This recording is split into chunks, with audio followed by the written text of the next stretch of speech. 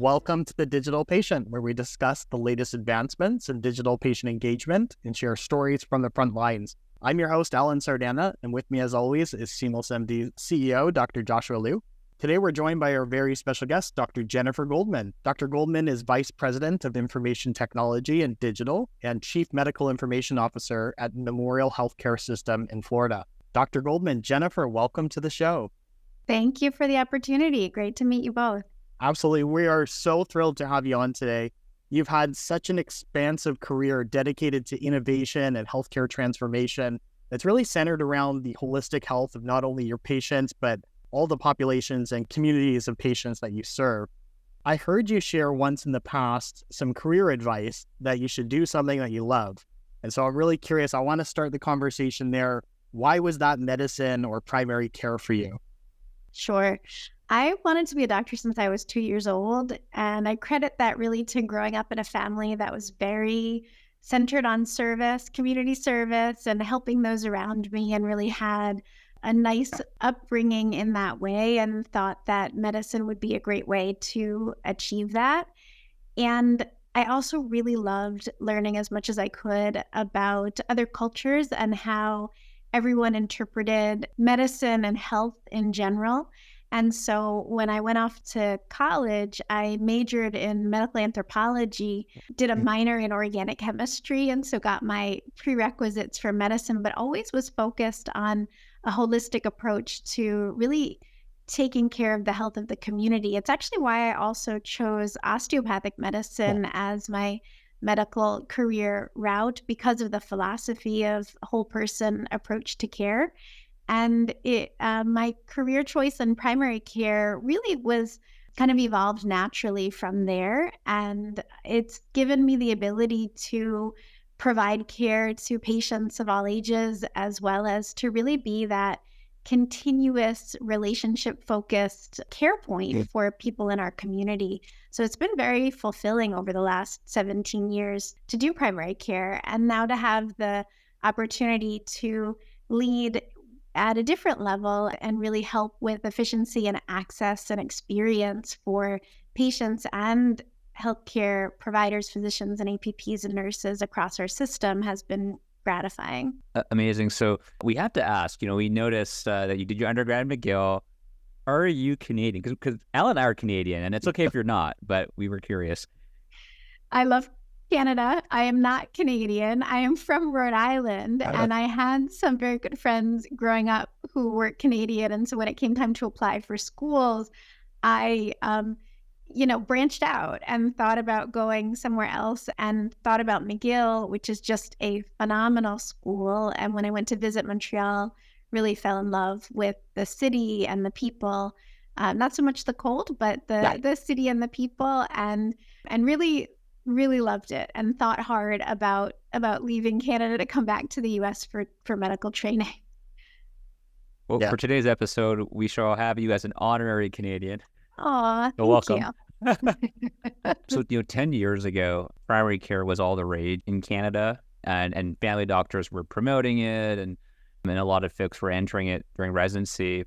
The last few years, it's been on a major decline in terms of interest in family medicine, particularly in Canada. And we look at some of the residency application numbers, they've fallen too, and a lot more folks are going into other specialties now. I'm kind of curious, are you seeing that as well lately, south of the border? Are you seeing that maybe specifically for osteopathic medicine, or is it? I'm just curious what you're seeing among trainees and all that. Unfortunately, and it's been well documented across the board, there's a decline in interest in primary care, and there has been for quite some time. And it's sad, and there are multiple factors that go into that. Payment certainly could be part of that. It's expensive to get a medical education. It's expensive to pay that education off. And primary care certainly doesn't get reimbursed as well as other specialties. That tends to stem from our healthcare system's focus on procedural-based specialties and reimbursement based on that, as opposed to reimbursement based on cognitive work. The goal in the United States is for value-based care to really change the face of not only health in the US, but reimbursement and ability for people to go into primary care as a viable career. I think we haven't seen that pan out as yet, and it hasn't translated into more applicants seeking primary care as yet. Today's episode is brought to you by DeepScribe, AI clinical documentation that physicians and health systems love, documenting specialty and complex care with ease and precision. Josh, have you heard all the buzz around ambient AI and virtual scribes? Definitely. Clinicians are spending hours a day on documentation, so improving their day-to-day and reducing burnout is huge right now. You know, you and I have seen quite a few product demos for ambient this year, but I have to say, DeepScribe was one of the most impressive. Well, Josh, you trained as a clinician. What stood out to you most about DeepScribe? Well, using AI to transcribe and summarize the clinician-patient conversation is honestly table stakes right now. But a big challenge for CMIOs and CIOs is driving actual clinician adoption. So what really impressed me about DeepScribe is how well it can be customized to different specialties and workflows with dozens of templates as starting points. You know, that would be critical to me as a clinician because I just don't have time to build templates from scratch. So true. For me, I was particularly impressed by the auditable notes. You can highlight any part of a note, and then DeepScribe shows you exactly where in the transcript the note was generated from. So you can find that evidence right away. That builds trust. Oh, exactly. You know, being able to confirm that something wasn't hallucinated is so important for clinician trust and safety. Yeah, that same attention to detail that led to really high clinician adoption is also resulting with clinicians saving up to 75% of documentation time. Wow, that's incredible. But how is DeepScribe's accuracy with specialty care or complex cases? That's the best part. DeepScribe's proprietary LLM, Keel AI, is trained on over 3 million patient conversations. It's then further tuned by specialty and subspecialty cases, making it way more accurate than GPT-4-based solutions. Pair that accuracy with DeepScribe's customization studio to personalize the experience for different clinician preferences and workflows, and it becomes incredibly flexible. You know, Alan, speaking of flexibility, I could use some yoga myself. Flexibility is key when it comes to working with health systems with so many moving parts. DeepScribe sounds fantastic. Where can health systems learn more? About your yoga? I don't think they want to. But about DeepScribe, check out deepscribe.ai. That's deepscribe.ai to learn more. Well, you know, one thing we have seen on the rise is definitely the interest in informatics and technology in healthcare. You clearly went down that path at some point. What was your story around that transition? So I have a non-traditional background for sure to be in informatics. My background undergrad is in anthropology and then went to medical school and did residency and kind of went straight on in that path. However, when I started working at the healthcare system that I'm working at now, about 10 years ago, I was promoted to the chief of primary care. And when I was promoted to that role, not just from a management perspective, but also from really a transformational leadership perspective, it was so important for me to achieve buy-in for all of the things that we were trying to do: increase access for our patients, improve health of the community, do well in value-based care. And there's a lot that goes into doing well in value-based care, coding and documentation. And there was an article that came out that I'm sure you're aware of that said it would take 26.4 some odd hours in the day for a primary care physician to manage a panel of patients and really do all of the acute care and preventative care needs for that patient population. So the workload of primary care was increasing and the responsibilities on the shoulder of primary care were increasing. And I was in this position to really transform our healthcare system's primary care.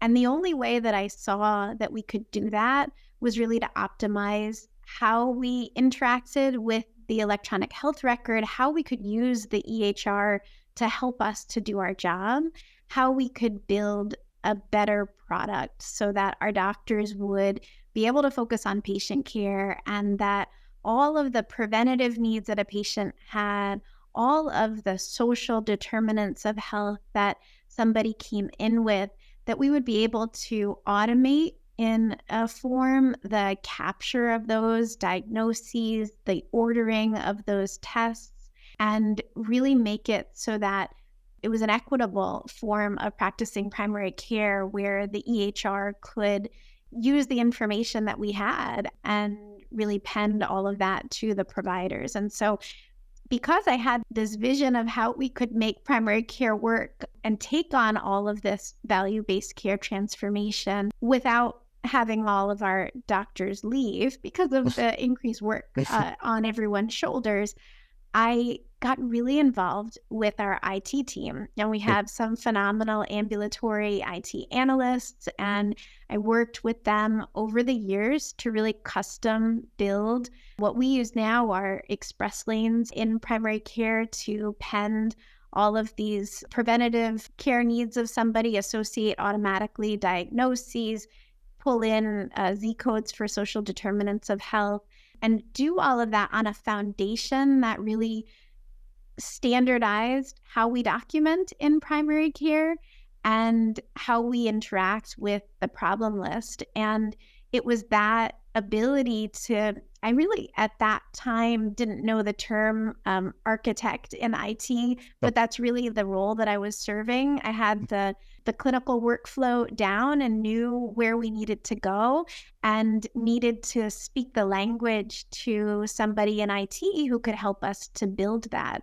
And it was extremely successful from a value-based care standpoint with millions of dollars, 25 plus millions of dollars insured savings back to the healthcare system. We're the third largest public healthcare system in the country. We serve everybody. And so being able to bring back revenue to the bottom line to reinvest in the community was really important. And then I really became very interested in, well, how could we leverage that skill of really change architecture? How do you optimize the EHR for more people across the system? How could we do that across the board? And so that's how I came into becoming a physician builder in the EHR and then really going into this role as well. I love that. There's so many directions we can take this conversation. Social determinants of health is obviously a huge part of your story so far and the work that you're doing today. Also EHR optimizations. We'll get to that in a bit. I just have one question that I was curious about. Given today's economic climate, over the past couple of years, the focus for health systems by and large has been tackling workforce shortages and increasing revenue to get out of the red. Like you alluded to, you're a public health system. Bringing in revenues is going to optimize every other channel that you have at your disposal. So I'm curious, as a digital health leader today, how do you balance those priorities that you're working to improve patient outcomes, but then that could also be at odds with some of the other competing priorities for the system? What's your take on that? How are you balancing those priorities? So one of the things about my background that may help to contribute to that is that I've always been, for the past 17 years, I've practiced in community medicine settings where revenue was scarce and we needed to innovate in order to excel in our mission so that no margin, no mission really hits home.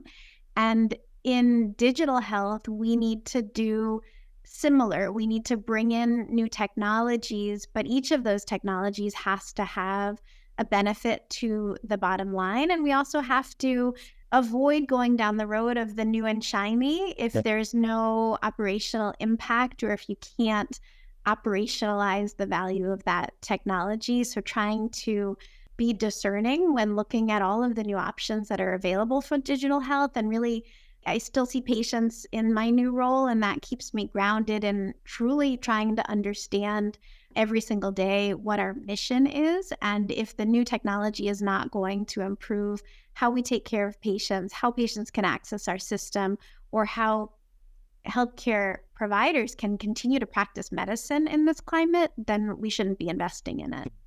One of the things that you've been a champion on, as Alan mentioned, has been around weaving social determinants of health into the way you do digital health and informatics.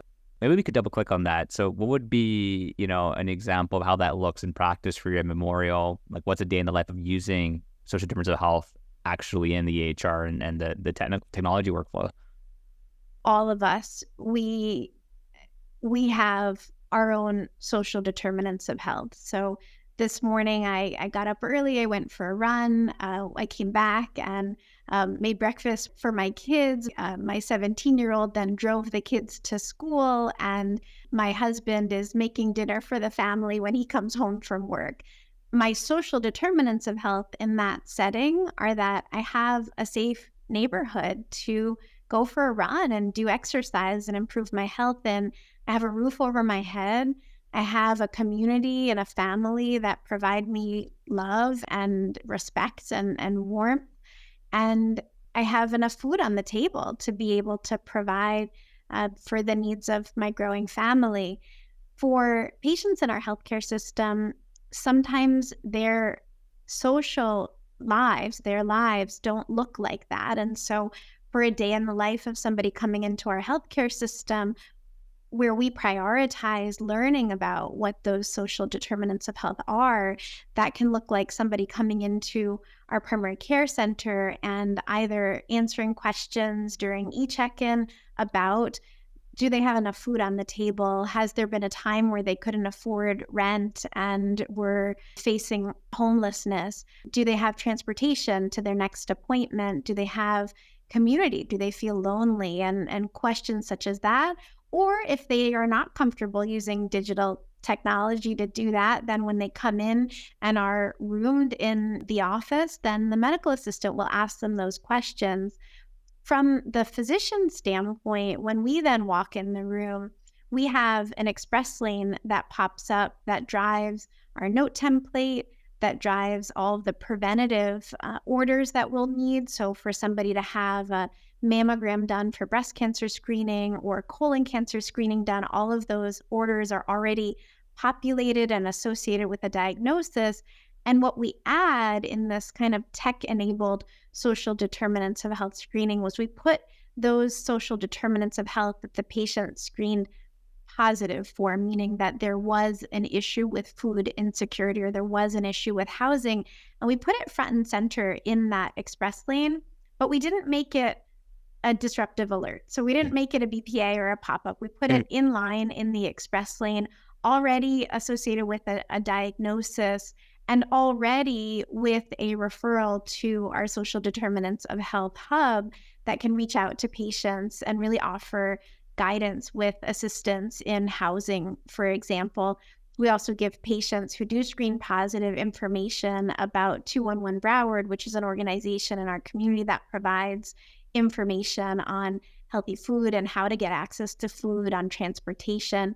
And we have a patient-centered medical home with health coaches and social workers that can help to reach out to patients that need. And so for the patient in that situation, what we've found is that our patients are appreciative of being asked these questions. They're appreciative because times are tough for everybody, and that's really how we educate our staff in asking these questions. Times are difficult for everybody, and we want to know if you're struggling with issues that could impact your physical health or your emotional health and well-being. And so when we ask those, it shows that we care, which of course we do. But from a workflow optimization standpoint, it was really important for me to have that workflow not disrupt the visit with the primary care physician, because oftentimes there is only a limited amount of time and there are many other conditions to discuss during that visit. So having the ability to automate the diagnoses and the linkage to care can provide that holistic experience for a patient, but not, I hate to use this word, but not derail the visit for the primary care doctor where they feel like they're running behind for all other visits because they have to then think about how to provide linkage to care. And then if that same patient receives care in the inpatient setting of our hospital, then all of our patients are screened in the inpatient setting as well. And our inpatient clinicians can see that somebody had screened positive for this previously. So perhaps that will impact discharge planning, and they can start with discharge planning earlier if they know that somebody is unhoused or that somebody needs food, because we know these social determinants of health can impact readmission to the hospital or bouncing back to the emergency room. I've seen studies in the past where when information was collected electronically or digitally, especially sensitive information, patients were sometimes more honest because they were less embarrassed, sending it in electronically versus having to tell their provider face-to-face about sensitive information. I know you've done some work in the past, I think, using MyChart to collect some of this information on social determinants from patients. I was curious if you've noticed that at all, where if they were doing it electronically, maybe you're able to actually surface it more often. Love to know if you've got a sense of that at all.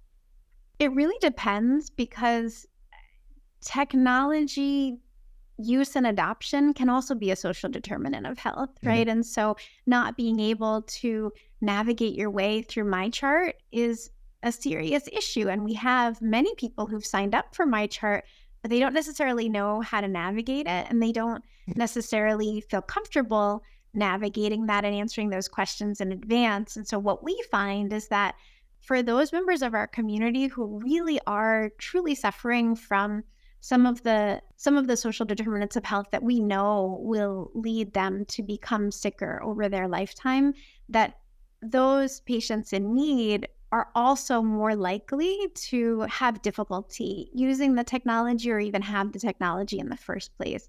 So we found varying levels of adoption, and that's why I think it's so important to take a personalized approach.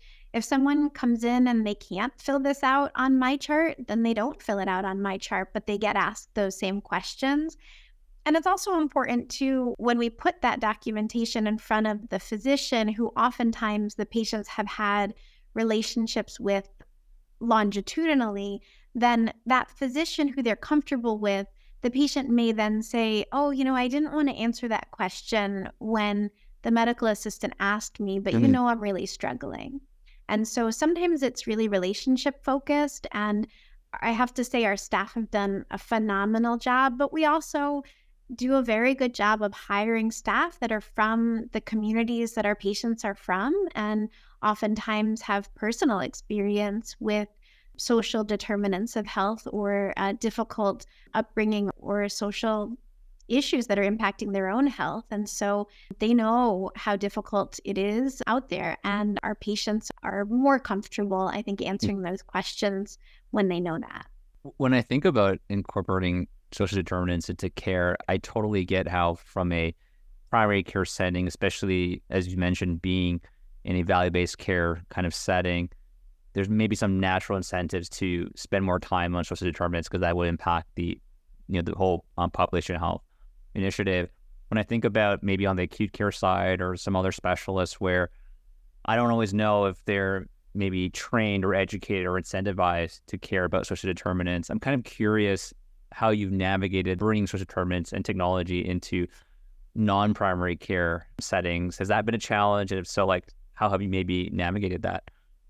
About a year ago, I was asked to do a lecture for our general surgery residents on social determinants of health and the importance of surgeons really digging into the social issues that their patients are coming in with. And there's a lot of data out there from surgical societies showing that patients who have a variety of social determinants of health, such as being unhoused or not having enough food or not having transportation, have worse outcomes when it comes to post-op recovery.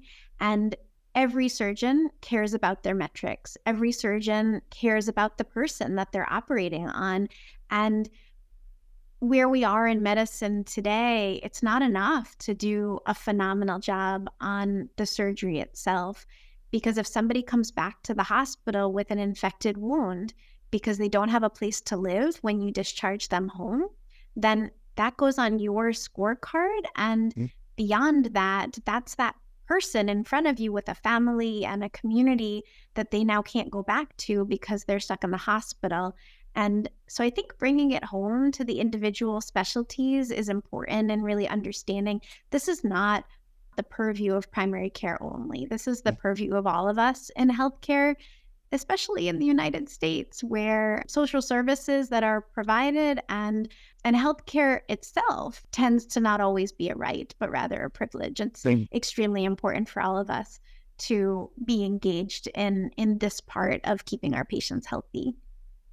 So a couple of things that I noticed there. One is it's definitely not a one-size-fits-all approach. And two is the frequency of when you're collecting this information and the relationships between different stakeholders and the patient. It all makes so much sense. One piece, Jennifer, that I wanted to double click on is the hub that you were talking about, because it's so common for social determinants of health to just lead to a pamphlet being given to a patient, and here's, a couple resources for you, go check it out on your own.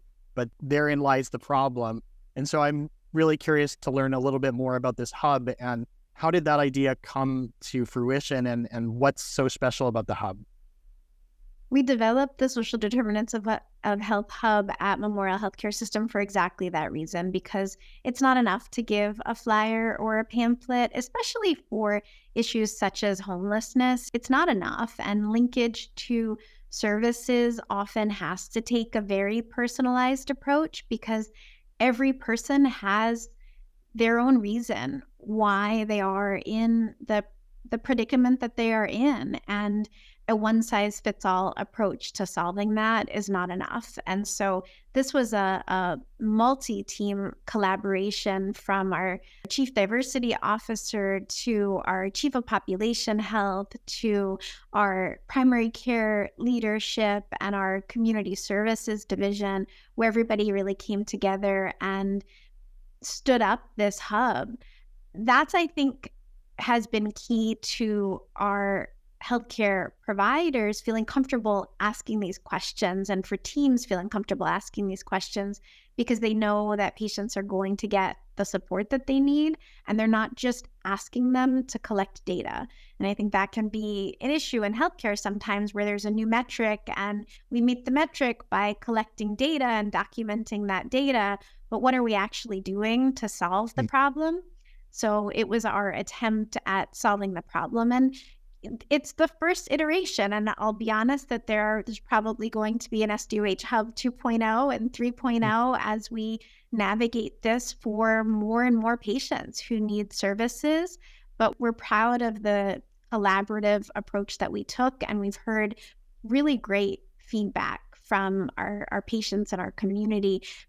And then the last thing I'll say is that being a public healthcare system means that by default, you need to collaborate with community organizations out there. In fact, as a public healthcare system, you are an anchor institution in the community, and you have a responsibility. You're going to be there for a very long time. And so you have a responsibility to understand and interact with the community services around you and partner in providing the best care to the community. And we have some phenomenal individuals at Memorial that do this so well, and over the years have established fantastic relationships with the community that we serve, so that we're able to, our caseworkers or our social workers are able to make a phone call to a food bank that we partner with.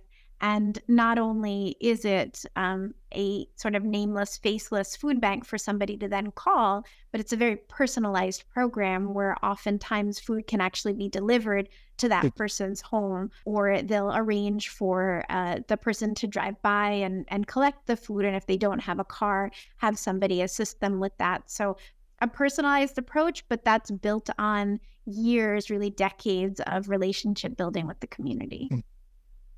Yeah, I love that. I feel like in the past, there may have been this paradigm that, hey, if I'm a medical professional, my toolkit is only, what I was trained on to do as a physician with my stethoscope and surgery or what else you might do. But now we know healthcare outcomes have a lot of holistic, contributing factors to it. And so in many ways, it's realizing that, hey, actually, if I'm trying to move the health outcome of the patient, my toolkit is now much bigger than just my stethoscope. I know I'm oversimplifying it, but I know you get what I mean.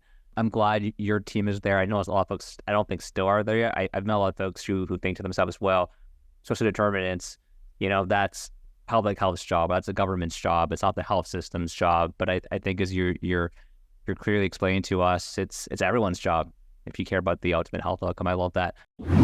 Today's episode is brought to you by SeamlessMD, which enables health systems to digitize patient care journeys, leading to lower lengths of stay, readmissions, and costs. Josh, you used to be a doctor. Did you ever feel like patients showed up unprepared for surgery? Or maybe you felt like you were sending patients into a black hole after discharge? All the time. We give patients paper and verbal instructions, which are so easy to forget and really hard to follow. And we have no idea what happens to them outside the hospital. So what happens? Well, because we worry about them, we keep patients in hospital longer, but that drives up length of stay and lowers throughput. Plus, after they leave, patients get readmitted for infections and all kinds of problems that we could have just caught earlier if we monitored patients. What if I told you there was a way to give every patient a virtual companion so you could automatically engage and monitor them through a surgery, a cancer journey, or a chronic care journey, and drop the length of stay, increase throughput, and lower readmissions? Gosh, Alan, that would be amazing. So that is exactly what SeamlessMD does. It allows health systems to engage patients on their own phone, tablet, or computer with automated reminders, education, and symptom monitoring. Basically a GPS through any healthcare journey. That sounds fantastic, but does it actually work? It does. Health systems have done over 40 studies and evaluations showing how they use the solution to reduce length of stay by 1 to 2 days, readmissions by up to 89%, and costs by over $1,000 per patient. But how does that work with my EHR? That's the best part. SeamlessMD is the only solution in this space with direct integration partnerships with Epic and MyChart, Oracle Cerner, and Meditech. Well, I am getting a colonoscopy soon, so I really need something like this. Where can my health system learn more? Well, Josh, thanks for letting me know. Your health is very important, and endoscopy is just one out of the 50 plus out-of-the-box care plans available today on SeamlessMD. Go to www.seamless.md. That's www.seamless.md to learn more. It is a digital podcast, so unfortunately, we have to mention the 2 letters of AI at some point on this podcast. So we did want to ask you, what do you believe is kind of the low-hanging, high ROI use case for AI in your healthcare system now? And then maybe what are some use cases that you feel like are just overhyped, maybe too much buzz right now?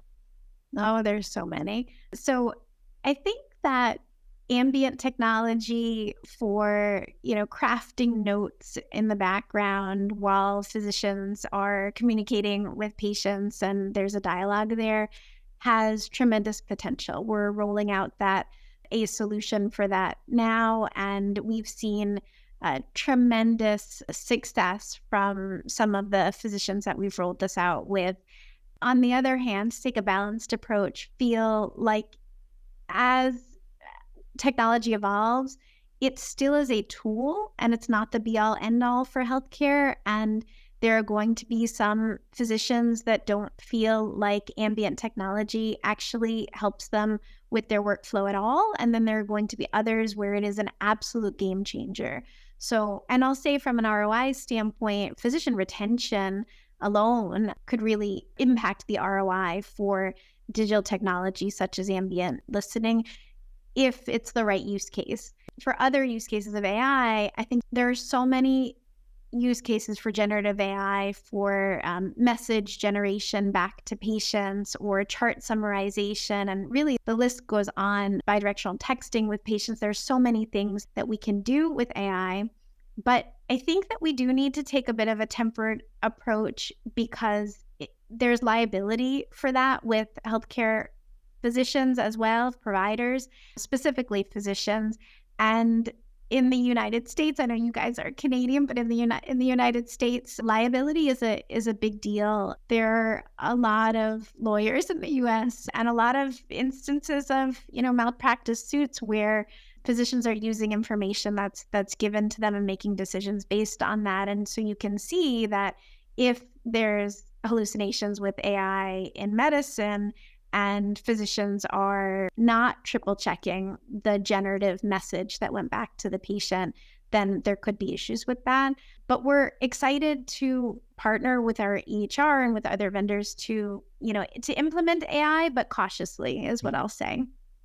That makes total sense. Looking at some of the data that's come up publicly around ambient, I think it was, I don't want to butcher this, but I think it was Kaiser that came out with some of their data from last year from their initial kind of rollout of ambient.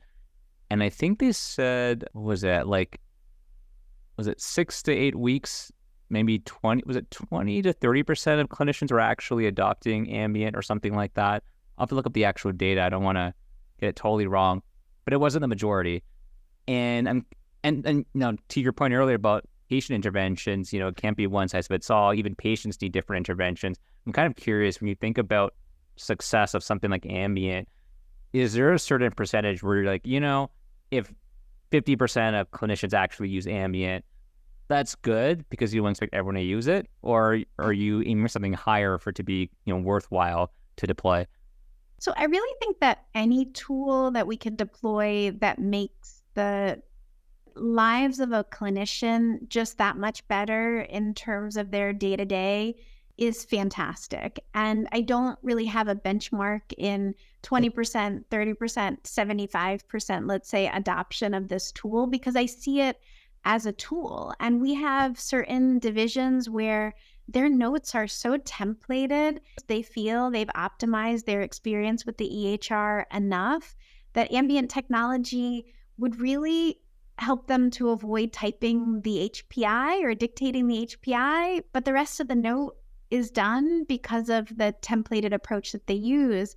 And I think you're going to find that as more physician informaticists come out and are helping to build these tools in the EHR anyway. And so really our strategy is providing ambient as a tool for the clinicians who are burned out, who are using scribes right now, real live scribes right now, and how we can help to replace that workflow.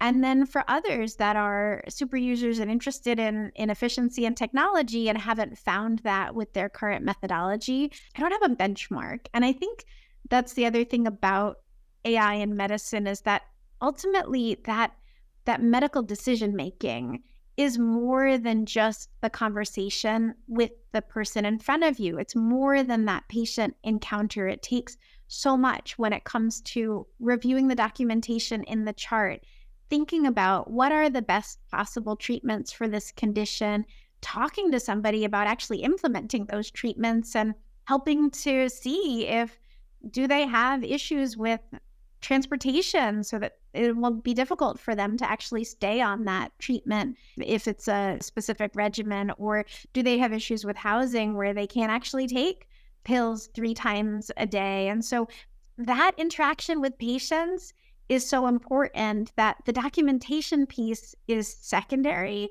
but the time that it takes and the mental energy that it takes is the same. And so I think that could be why, and I believe it was Stanford that recently published their experience with, I think, generative AI for messaging back to patients and how it increased satisfaction but didn't save time. And I think ultimately that's what we're going to find across the board, because clinicians still need to review what's in front of them and they need to collate what they're reading with all of the other inputs from the chart and from the person in front of them. So we'll see. It's a fun ride though. Yeah, and it sounds like, even if you don't save time, to your point, if you're seeing an improvement in clinician well-being, in peace of mind, that's still an ROI that matters at this time. 100%. And that's why I hesitate to tie it back to increased encounters. I hesitate. That may happen, and that's great because we need to provide more access to our patients. But if we can save somebody from leaving the profession, which is what so many are doing, or if we can encourage somebody to go into primary care, which is seen as such hard work with not similar reimbursement, then that would be a win. One of the other really unique things about that Stanford study, I actually just pulled up here to refresh myself, was they saw very different adoption rates between different types of stakeholders. So in primary care, they had 44% usage among pharmacists, but only 11% usage by primary care nurses. And so for some reason, it was loved way more by pharmacists. I'm not sure if you have a hypothesis as to why, but I found that very fascinating. And it goes back to, well, maybe it's not for everyone or every specialty or even every stakeholder in a single specialty. That I do not know how to explain. I'm curious if you have a take on that, but I thought that was really interesting. I think it's really interesting too. I think it has to do with the pools that they've set up probably for messaging to go back to anyway, the users that are actually the ones that are interacting the most. And then, with pharmacists, and I love pharmacists. We've integrated pharmacists in our workflow across the healthcare system for medication management and really longitudinal relationships with patients with certain chronic diseases like diabetes, for example, that this is conjecture here, but I'm thinking that the skill that our pharmacists have in medication management. They know where they want to go right away. They see that A1C, they see the med list, they know exactly what to do, which medicine to add, which one to increase. They know the guidelines, they know the adverse effects of medicines, and they know that all really well. And so maybe they loved the fact that the AI generated the rest of the stuff for them so that they could just populate what they are passionate about, which is changing the medication. But that is conjecture. I've not spoken with any of my pharmacy friends on that and could be completely off base, but it is really interesting to hear the data. Definitely. Absolutely. So Jennifer, I wanted to ask you as well, you brought up at the top of the podcast that you've been working on EHR optimizations to impact clinician well-being. Obviously, you are an Epic shop. I'm curious what would be a relatively small optimization that you found to have the most profound impact on your patients or your providers, or hopefully both? I'm lucky in that we have quite a few. We have a phenomenal team in IT here. Our analysts are amazing, and they've done so many impactful projects over the years for our teams. We recently rolled out some decision support tools and an AVS print block for to encourage medication reconciliation at discharge. And we're able to increase our percentage of medication reconciliation at discharge from 82% up to 98.8% system-wide, and holding for the past 8 months. And it's because of the tools that we implemented, but it's also because of significant change management and really going across our 6 hospitals and engaging with the medical and the nursing leadership to talk about how important that is, and then tying it to metrics at the organization level to make sure that really there's a burning platform to make that change. And then as an outpatient corollary to that, I truly think that Express Lanes, as we talked about before, in their ability to, even with a non-problem focused visit, but a general visit in primary care, to be able to key up the preventative measures, to be able to key up the social determinants of health and diagnoses, as well as key up a documentation template, have reduced so many clicks that they've been and have really led to tremendous amount of ROI. That's another relatively simple, it's not simple, and our amazing ambulatory analysts will not think it's simple at all. There are tons of CER rules behind the scenes that make all of that work, but it is that kind of tweak to the system. And then finally, I'll say in our governance across the board, where we've set up governance for decision support that we've implemented across the system, we've been able to eliminate over 800,000 clicks and more than 19 hours of clicking per day for our clinicians' healthcare system wide. And in so doing, we see that they're clicking on the ones that we have remaining, the very important ones that we have remaining, at a higher rate. And so things like that, optimizing the system, getting rid of stupid stuff, as I know it's been called over the years, has been a really important strategy for us on physician wellness and wellness informatics. You know what's funny? I just realized the other day that getting rid of stupid stuff, the acronym is GROSS. I didn't realize that before. That's pretty funny. You brought up change management, and I was curious, is there a certain change management tactic or best practice that you really love that you just will use over and over again because it works really well? Pre-meetings are so important for change management, meaning having those meetings with the key stakeholders, truly understanding where they're coming from, what their workflow is, going in person as much as possible for those meetings, rounding, and really being there at side by side with the anesthesiologist, side by side with the radiologist, with any clinician, to really understand their workflow, so that as we're introducing something new, then you have the street credibility, as well as you know where people are going to vote before the actual meeting occurs. Doing that as much as possible, when possible, has really been key to change management. There's so many other strategies, and John Cotter's book, Leading Change, is kind of the Bible here for that. And there are others as well, but there's a process to leading change. And what I've found over the years is in projects that, let's say, didn't work out the way that I wanted and certainly weren't adopted immediately. When I go back, I realize, oh, I didn't do that step. And so it's important, I think, to keep in mind that's a learned skill as well, just like practicing medicine is. And the more we can learn how to maneuver and how to be transformative, the better outcomes we can have. Well, you mentioned the importance of being there in person for change management. I'm curious, over the last few years, with the rise of Zoom and virtual collaboration, have you seen Zoom make change management worse in any way? I think that if you're trying to get a decision on a call and you've not had any pre-meetings and that call is solely virtual, then yes, it can make it much harder than those in-person meetings where you can see everybody's facial expressions. So many times, Zoom is one thing, but Zoom without cameras on, or WebEx or Teams without cameras on, is a whole other thing. And sometimes you feel like you're just speaking to thin air and there's not one person actually receiving the information or actually wanting to engage in a dialogue with you. So yes, I think that it can hinder success there.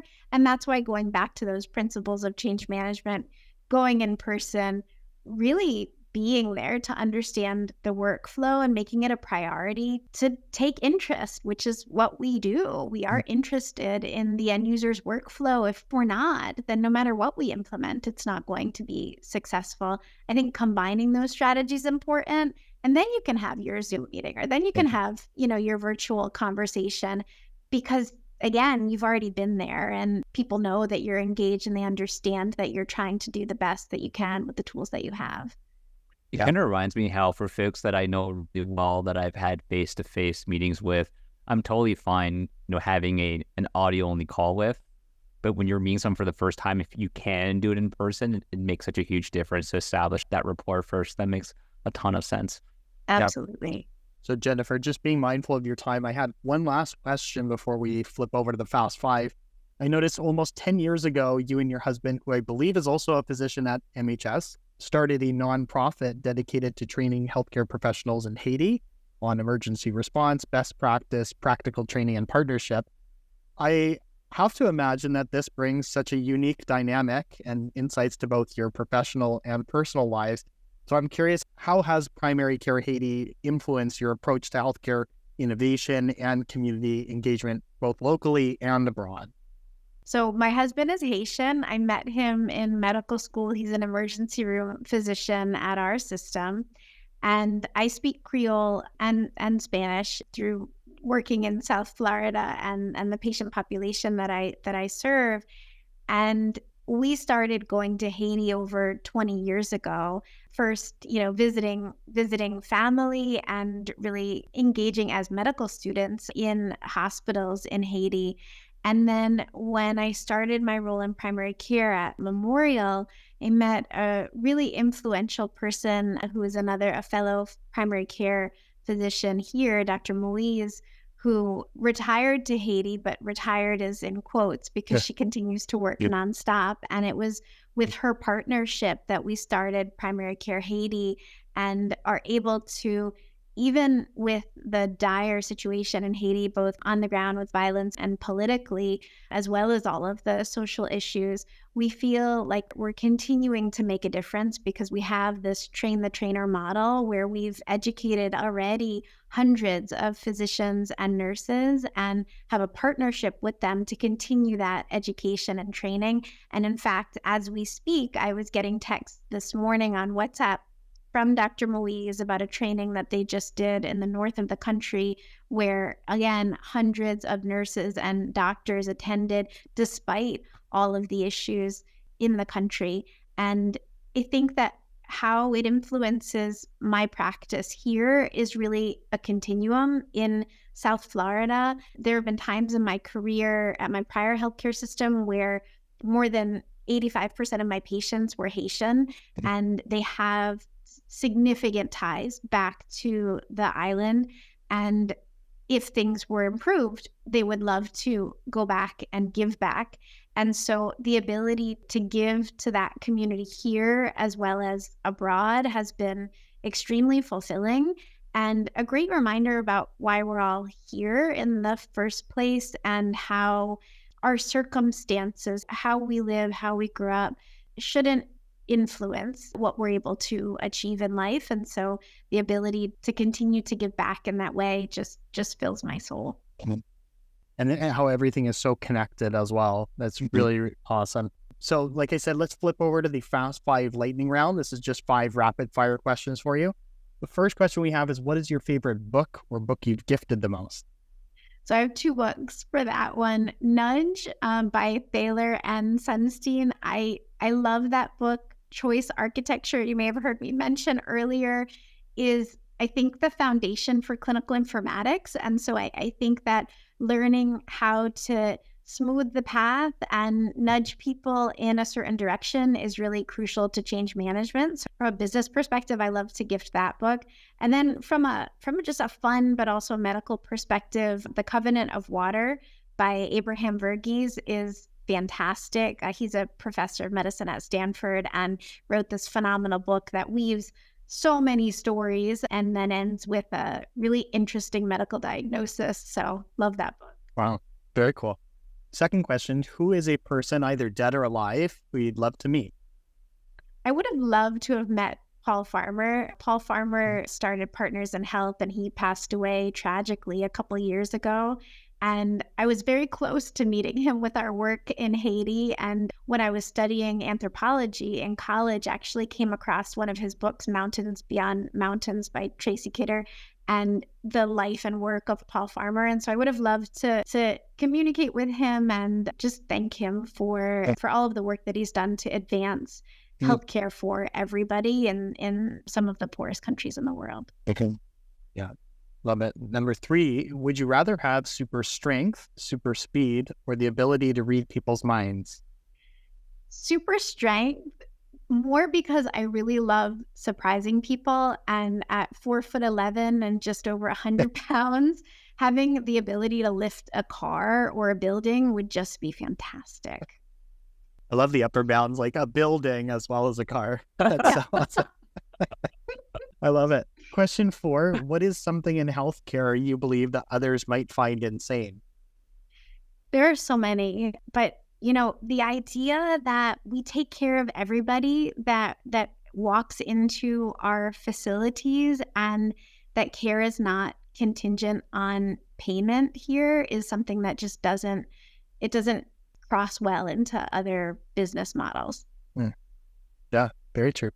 Last question, if you could travel back in time to any event or moment, what would it be and why? I would love to be there at Ellis Island when my grandparents and great-grandparents immigrated to the U.S. I think it's a really important reminder for all of us in the U.S. that we all come from somewhere else. And it's important to continue to remember that as we take care of newly arriving immigrants to our country, or if we choose to live somewhere else during the course of our lives. I think it's really important to understand where we came from and how it all started. Very true. What a great message to end with. Thank you, Jennifer. Thank you so much for joining us today and really sharing some of your wisdom with us and our audience. That's a wrap for this episode of The Digital Patient, hosted by SeamlessMD. You can follow us on Twitter at SeamlessMD. If you like the podcast and you want to learn more, visit www.seamless.md. Dr. Goldman, again, thank you so much. Thank you so much, guys. This was fun.